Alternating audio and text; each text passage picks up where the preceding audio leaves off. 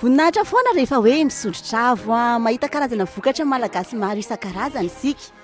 Nisy ny fotoana tao anatin'ny fahafanany tanteraka sy navaivay tanteraka izany hoe Covid-19 izany dia nitondraka ary maro ireo olona nikirakira izany atao hoe gel désinfectant izany. Teo dia maro ny nitsiry tamin'ny hevitra raha malagasy hoe andehantsika hamokatra vokatra maro tahaka n'ity orinasa kely anankiray ity. Raha malala moa le Covid nandalo teto amintsika dia iny zany aloha anisan'ny anankiray voalohany hoe fantatra fa ilain'ny vahoaka malagasy le gel sy ny solution dia nanapa-kevitra izay hoe andaontsika hamokatra mba ho takatra fahefa-mividina ny malagasy maro. Sobony fotsiny ireo amin'ny vokatra vokarin'izy ireo manomboka ny andoha hatrany am-paladia eny hatramin'ny fikarakarana ao an-tokantrano ary dia azo lazaina hoe efa vitan-dra malagasy avokoa.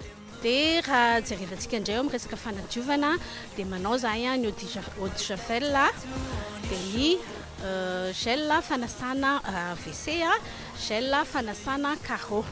Dia raha ohatra ny resaka vatana indray dia manao zahay le corps le spécial visage lotion ary ny soin de visage rehetra zany ataonay daholo na ny gommage na ny crème du visage crème du jour.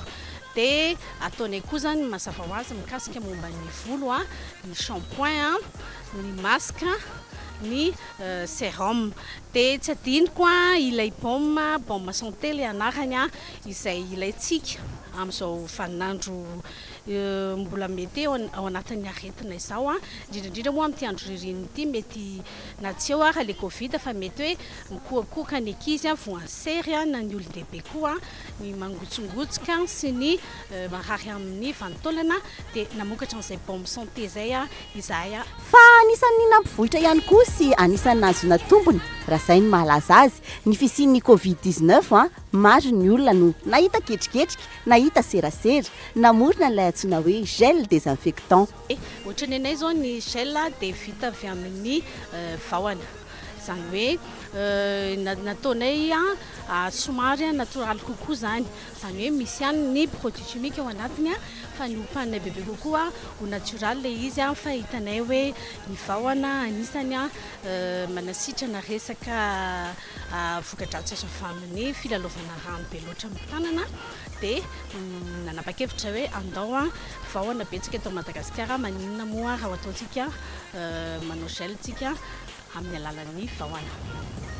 Satria moa zany maro ny mpanao anti-gel désinfectant ity miavaka ny endry zareo reto somary manimanitra kely izay ny azy somary misy fofona hafa kokoa tianao foana ho eny amin'ny tananao eny. Ary teto dia liana tanteraka izahay hoe andaona angamba jerena ny laboratoire anareo ohatra ny ahoana ny fanamboaranareo izany hoe gel désinfectant izany. Ny akora ilaina mila isika vahona efa voakarakara, mila alcool, mila ihany koa isika huile essentielle ary mila ihany koa colorant fa tsy voatery io akory. Tsy manahirana satria alaina ny aloe vera, aleva ny alcool raha ny tokony ho izy dia farafahakeliny tokony ho fitopolo ny tahan'ny alcool ao anatiny 70 degré fa ny endry zareo eto moa dia tafiakatra hatramin'ny 20 degré be izao ary tsy adinoina ny huile essentielle ary ny colorant dia afangaro rehetra ireo ary amin'ny maha-produit bio azy azo ampiasaina avy hatrany.